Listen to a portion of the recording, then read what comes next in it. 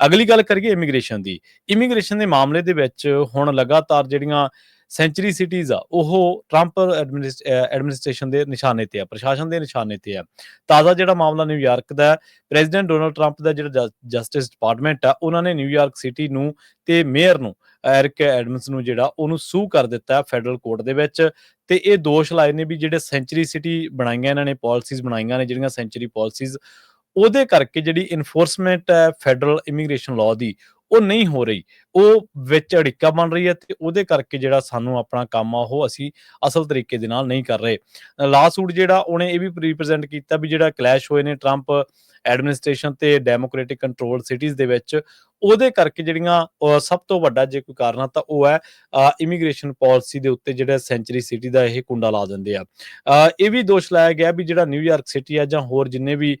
Cities ਨੇ, ਉਹ ਉਹਨਾਂ ਦੇ ਜਿਹੜੇ ਸਿਟੀਜ਼ਨਸ ਨੇ ਜਾਂ ਉੱਥੋਂ ਦੇ ਜਿਹੜੇ ਲੋਕ ਨੇ, ਸ਼ਹਿਰੀ ਨੇ, ਉਹਨਾਂ ਨੂੰ ਬੇਸ਼ੱਕ ਪ੍ਰੋਟੈਕਸ਼ਨ ਦੇਣ ਦਾ ਤਾਂ ਪੂਰਾ ਅਧਿਕਾਰ ਹੈ, ਪਰ ਜੇ ਕਹਿੰਦੇ ਵੀ ਨਿਊਯਾਰਕ ਦੇ ਜਿਹੜੇ ਲੀਡਰ ਹੀ ਇਹਨਾਂ ਨੂੰ ਆਪਦੇ ਜਿਹੜੇ ਇਮੀਗ੍ਰੇਸ਼ਨ ਲਾਅ ਨੇ ਉਹਨਾਂ ਨੂੰ ਇਨਫੋਰਸਮੈਂਟ ਨਾ ਕਰਨ ਦੇਣਗੇ, ਇਮੀਗ੍ਰੇਸ਼ਨ ਨੂੰ ਇਨਫੋਰਸਮੈਂਟ ਨਾ ਕਰਨ ਦੇਣਗੇ, ਤਾਂ ਕਹਿੰਦੇ ਵੀ ਫਿਰ ਅਸੀਂ ਜਿਹੜਾ ਸਟੈਪ ਆ ਉਹ ਇੱਕ ਅੱਗੇ ਚੱਕਾਂਗੇ। ਪੈਮ ਬੋਂਡੀ ਨੇ ਵੀ ਲਿਖਿਆ ਸੀਗਾ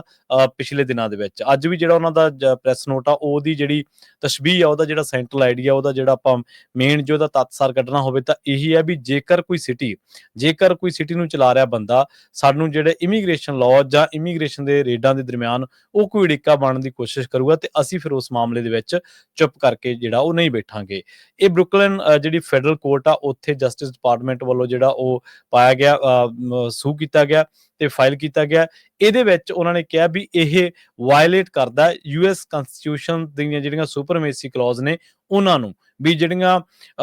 ਰਾਸ਼ਟਰਪਤੀ ਕੋਲੇ ਪਾਵਰਾਂ ਨੇ ਜਾਂ ਜਿਹੜੀਆਂ ਫੈਡ ਦੀ ਜਿਹੜੀ ਪ੍ਰਸ਼ਾਸਨ ਹੈ ਉਹਦੇ ਕੋਲ ਜਿਹੜੀਆਂ ਪਾਵਰਾਂ ਨੇ, ਉਹਨਾਂ ਨੂੰ ਇਹ ਵਾਇਲੇਟ ਕਰਦੀਆਂ ਸੈਂਚਰੀ ਸਿਟੀ ਦੇ ਜਿਹੜੇ ਇਹਨਾਂ ਨੇ ਨਵੇਂ ਵਿੱਚ ਆਪਦੀ ਤਰੀਕੇ ਦੇ ਨਾਲ ਜਿਹੜੀਆਂ ਸੁਧਾਂ ਕੀਤੀਆਂ ਹੋਈਆਂ ਨੇ। ਨਾਲ ਹੀ ਪੈਮ ਬੋਂਡੀ ਇਹ ਵੀ ਇੱਕ ਗੱਲ ਕਹਿੰਦੇ ਨਜ਼ਰ ਆਏ ਕਿ ਉਹ ਕਹਿੰਦੇ ਕਿ ਹੁਣ ਤੱਕ ਅਸੀਂ ਆਪਣੇ ਤਰੀਕੇ ਦੇ ਨਾਲ ਇਹਨਾਂ ਚੀਜ਼ਾਂ ਨੂੰ ਨਜਿੱਠਿਆ, ਪਰ ਹੁਣ ਅਸੀਂ ਅਦਾਲਤ ਦਾ ਵੀ ਰੁਖ ਕਰਾਂਗੇ ਤੇ ਹੋਰ ਜਿਹੜੇ ਇਸ ਮਾਮਲੇ ਦੇ ਵਿੱਚ ਕਦਮ ਚੁੱਕਣੇ ਪਏ, ਅਸੀਂ ਉਹਨਾਂ ਤੋਂ ਪਿੱਛੇ ਨਹੀਂ ਹਟਾਂਗੇ। ਐਡਮਸ ਜਿਹੜੇ ਨੇ ਉਹਨਾਂ ਨੇ ਇੱਕ ਇਹ ਗੱਲ ਕਹੀ ਸੀ ਕਿ ਅਸੀਂ ਆਪਣੇ ਜਿਹੜੇ ਲੋਕ ਨੇ ਉਹਨਾਂ ਨੂੰ ਅਸੀਂ ਨਹੀਂ ਚਾਹੁੰਦੇ ਵੀ ਉਹਨਾਂ ਨੂੰ ਖੌਫਜ਼ਦਾ ਕੀਤਾ ਜਾਵੇ, ਇਸੇ ਕਰਕੇ ਅਸੀਂ ਆਪਣਾ ਜਿਹੜਾ ਸਿਟੀ ਹੈ ਉਹ ਸੈਂਚਰੀ ਸਿਟੀਜ਼ ਦੇ ਵਿੱਚ ਸ਼ਾਮਲ ਕੀਤਾ ਸੀ। ਜੀ।